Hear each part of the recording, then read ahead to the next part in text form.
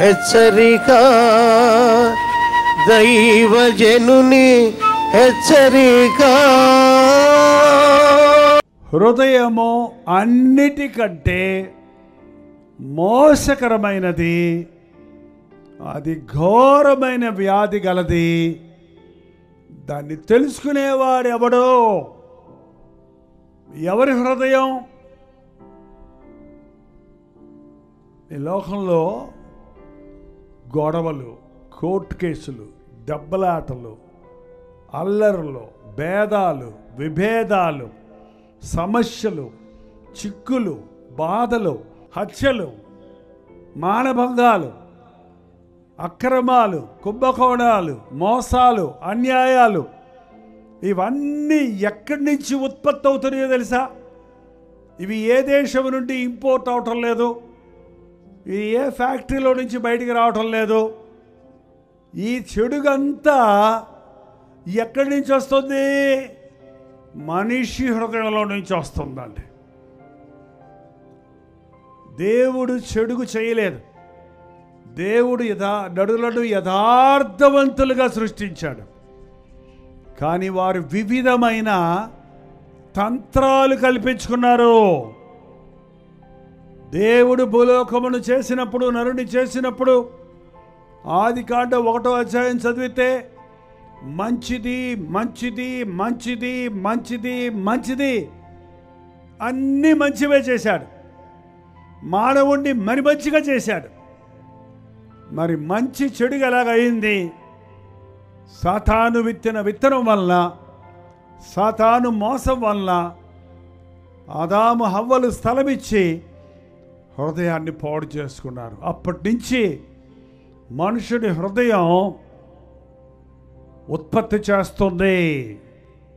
మనుషుడి హృదయంలో ఎంత కడిగినా, సబ్బులేసి కడిగినా, లోషన్స్ వేసి కడిగినా, మెరుగులు పెట్టినా, చదువులు చెప్పించినా, విజ్ఞానం పెరిగినా, ఆస్తిపాస్తులు వచ్చినా, అన్ని నాగరికతలు పెరిగినా, మనుషుని హృదయంలో నుంచి బయటకు వచ్చేది ఏంటంటే గబ్బు, పాపం. ఏమండి? చదువుకున్నోడికి పాపం చేయడా? చదువుకున్న పాపం అలాగే ఉంటుంది. డబ్బులున్న పాపం అలాగే ఉంటుంది. మనిషి ఆకారం మారుతుందేమో, వస్త్రధారణ మారుతుందేమో, అలంకరణ మారుతుందేమో, భాషా శైలి మారుతుందేమో, కానీ మానవుని హృదయం ఘోరమైన వ్యాధి గలది. అది మోసకరమైనది. అది చైనీయుడైనా, అది అమెరికా దేశస్థుడైనా, అది జర్మన్ దేశస్థుడైనా, అది భారతదేశస్థుడైనా, ప్రతివాడు పాపము చేసి దేవుడు అనుగ్రహించు మహిమను పోయే భేదమును లేదు. నీతిమంతుడు ఒక్కడును లేడు. చెడిపోయిన హృదయం, రోగంతో కూడిన హృదయం, మోసపూరితమైన హృదయం. కడిగితే పోయేది కాదు ఈ పాపం, కాలిస్తే పోయేది కాదు ఈ స్వభావం. ఈ చెడిపోయిన హృదయాన్ని బాగు చేయడానికే యేసుక్రీస్తు లోకంలోనికి వచ్చాడండి. అందుకే ఆయన అడుగుతున్నాడు, నా కుమారుడా, నా కుమార్తె, నీ హృదయమో నాకివ్వు, నేను దాన్ని బాగు చేస్తా.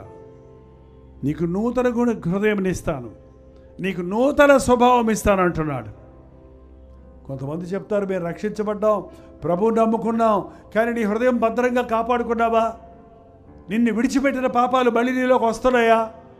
నీ హృదయం క్రీస్తు రక్తములో కడగబడిన తరువాత నీ తెల్లని హృదయాన్ని అనుదినము ఆయన సన్నిధిలో కనిపెట్టడం ద్వారా, ప్రార్థించడం ద్వారా, వాక్యముతో నీ హృదయాన్ని శుద్ధీకరించుకోవడం ద్వారా మాత్రమే మన హృదయ శుద్ధిని కాపాడుకోగలమండి.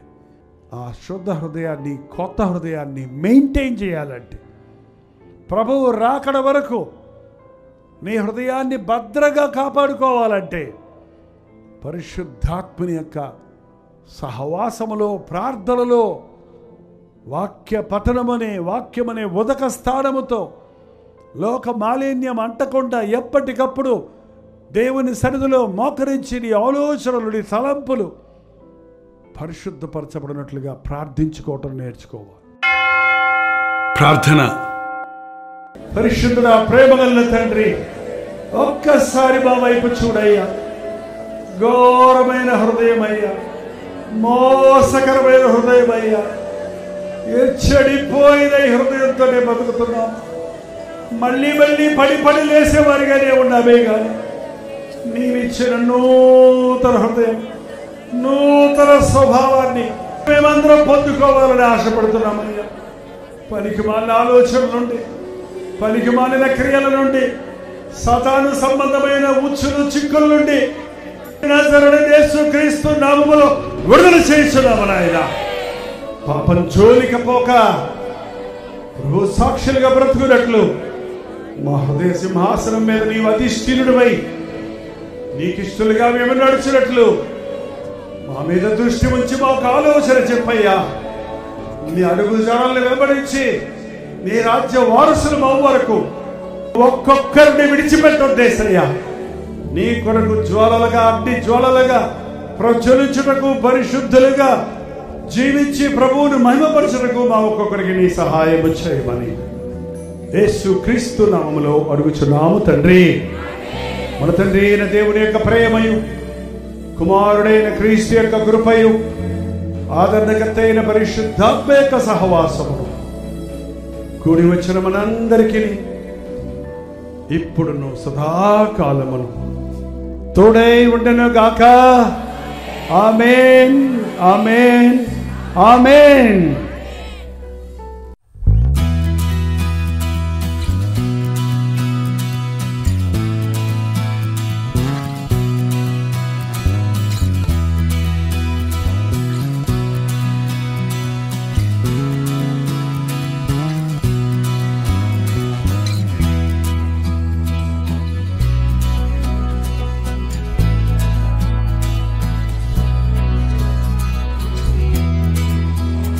హల్లెలూయా.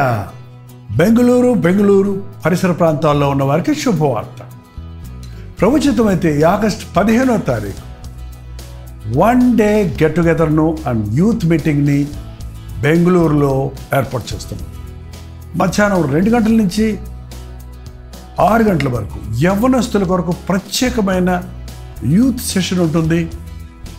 యవ్వనస్తులందరూ తప్పక రండి, పెద్దవాళ్ళు కూడా రావచ్చు. ఇది మీకు ఎంతో ఉజ్జీవకరంగా, ఆశీర్వాదకరంగా ఉంటుంది. మీ సమస్యలు తీర్చుకోవడానికి, మీరు ఆధ్యాత్మికంగా ప్రభువుకు సాక్షులుగా జీవించినట్లు దేవుని సన్నిధిలో ఆయన బలమును పుంజుకోవడానికి మీకు ఎంతో ఉపయోగకరంగా ఉంటుంది. యవ్వన బిడ్డలారా, తప్పకుండా రండి, ఆధ్యాత్మిక బలాన్ని పుంజుకోరండి. 6 గంటల నుంచి 10 గంటల వరకు 2వ సెషన్ ఉంటుంది. ఈ 2 సెషన్స్లో మీరందరూ పాల్గొని దైవాశీర్వాదాలు పొందాలని, మిమ్మల్ని ముఖాముఖిగా చూసి మీకోసం వ్యక్తిగతంగా ప్రార్థించాలని ఆశపడుతున్నాను. 2వ సెషన్ అయిన తర్వాత వ్యక్తిగతంగా ప్రార్థించడానికి సమయం చాలటం లేదు కనుక, మొదటి సెషన్ అయిన వెంటనే వ్యక్తిగతంగా మీ కొరకు ప్రార్థన చేయడానికి నేను సిద్ధంగా ఉంటాను. మీరు సమయానికి వచ్చినట్లయితే ఖచ్చితంగా మీ కొరకు ప్రత్యేకంగా ప్రార్థన చేయడానికి నేను అందుబాటులో ఉంటాను. చూడడం గమనించండి. హడ్సన్ కమ్యూనిటీ సెంటర్, సేసై compound, opposite to Mitralaya girls high school, near corporation circle, Bengaluru. ఇంకా విషయమే మీకు వివరాలు కావాలంటే 9884707779 లేక 9884807779 అనే నంబర్లకు మీరు కాల్ చేయండి, లేకపోతే వాట్సాప్ మెసేజ్ పెట్టండి, లేదా 954041 నెంబర్కి వాట్సాప్ పెట్టండి. తప్పక వస్తారు కదా.